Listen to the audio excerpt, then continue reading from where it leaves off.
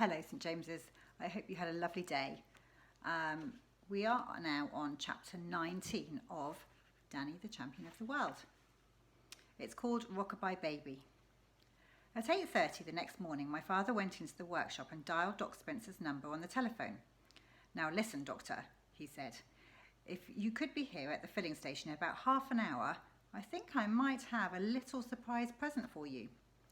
The doctor said something in reply and my father replaced the receiver. At 9 o'clock, Doc Spencer arrived in his car.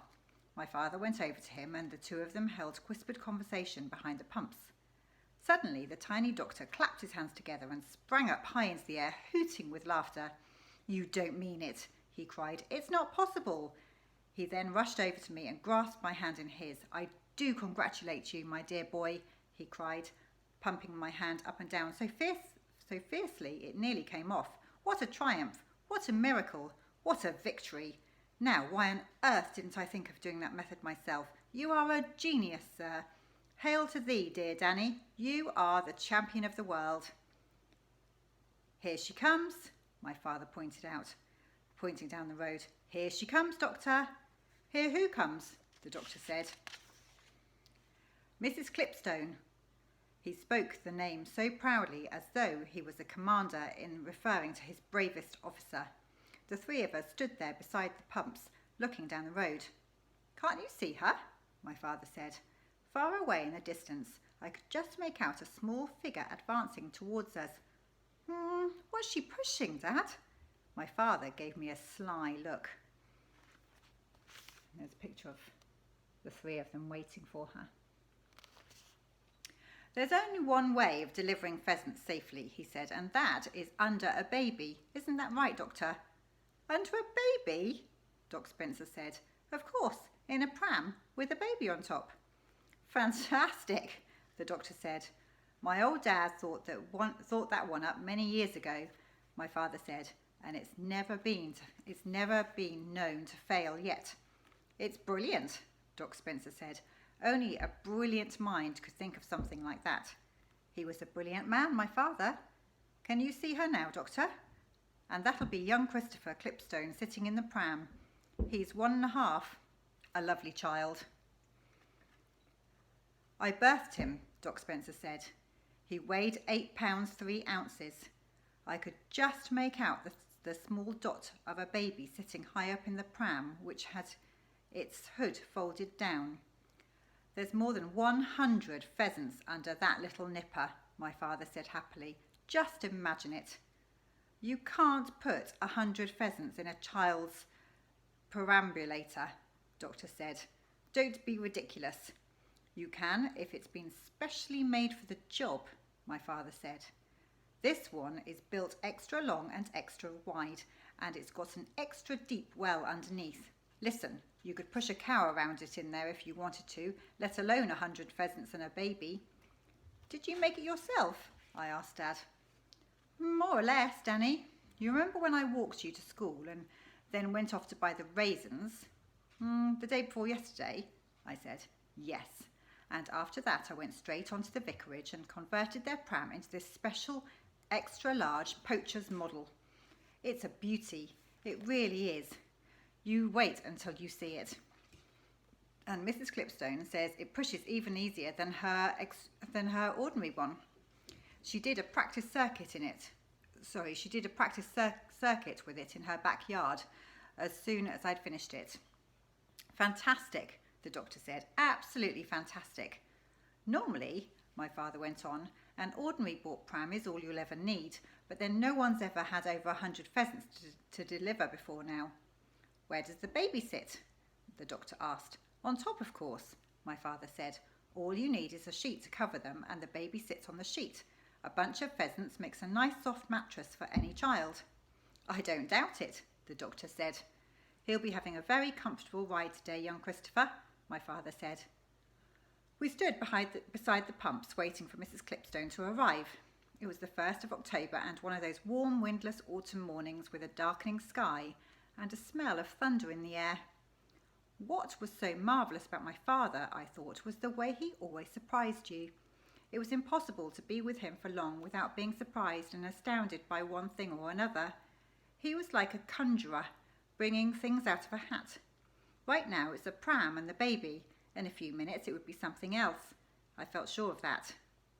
Right through the village, bold as brass, my father said. Good for her.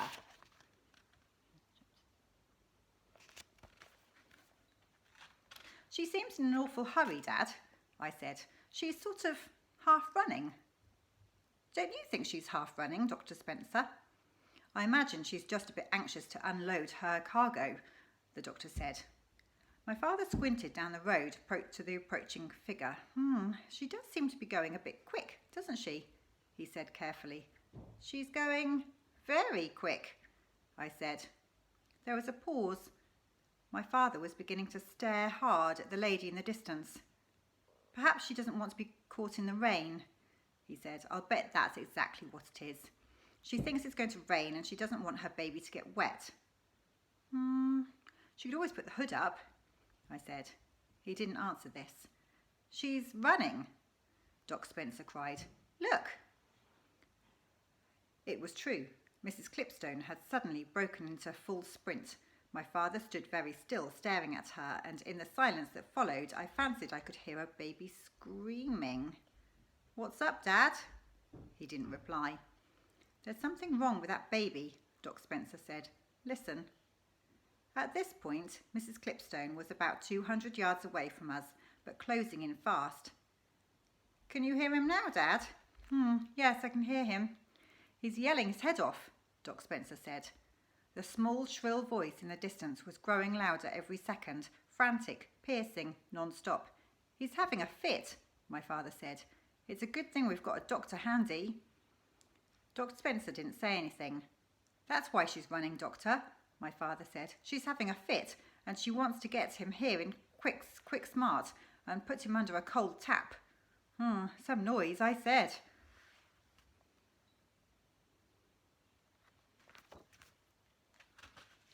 If it isn't a fit, my father said, you can bet your life it's something like that. I doubt it's a fit, the doctor said.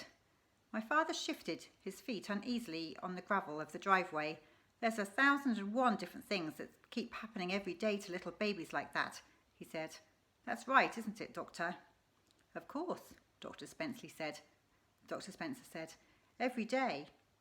I knew a baby once who caught his fingers in the spokes of a pram wheel, my father said. It cut them clean off. The doctor smiled. Whatever it is, my father said, I wish to heavens she'd stop running. It'll give the game away. A long lorry loaded with bricks came up behind the pram and the doctor slowed down and then poked his head out of the window to stare. Mrs. Clipstone ignored him and flew on. She was so close now that I could see her big red face with her mouth wide open, panting for breath. I noticed she was wearing white gloves on her hands, very prim and dainty. And there was a funny little white hat to match, perched right on top of her head like a mushroom. Suddenly, out of the pram, straight up into the air, flew an enormous pheasant. My father let out a cry of horror. The fool in the lorry began roaring with laughter. The pheasant flapped around drunkenly for a few seconds and then lost height and landed on the grass by the side of the road. Crikey, Doc Spencer said. Look at that! A grocer's van came up behind the lorry and began hooting to get by. Mrs. Clipstone kept running. Then whoosh! A second pheasant flew up out of the pram, then a third, and a fourth. Great Scott, Doc Spencer said. I know what's happened. It's the sleeping pills. They're wearing off. My father didn't say a word. Mrs. Clipstone covered the last 50 yards at a tremendous pace. She came swinging into the filling station with the birds flying out of the pram in all directions. What on earth is happening? She shrieked. She pulled up hard against the first pump and seized the screaming infant in her arms and dragged them clear. With the weight of the child suddenly lifted away, a great cloud of pheasants rose up from out of the gigantic pram. There must have been well over 100 of them, and the whole sky above us was filled with huge brown birds clapping their wings.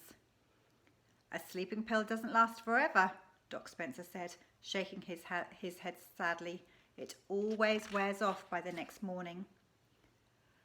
The pheasants were too dopey to fly far. In a few seconds they came down again and settled themselves like a swarm of locusts all over the filling station. The place was covered with them. They sat wing to wing along the roof of the workshop, and about a dozen were clinging to the sill of the office window.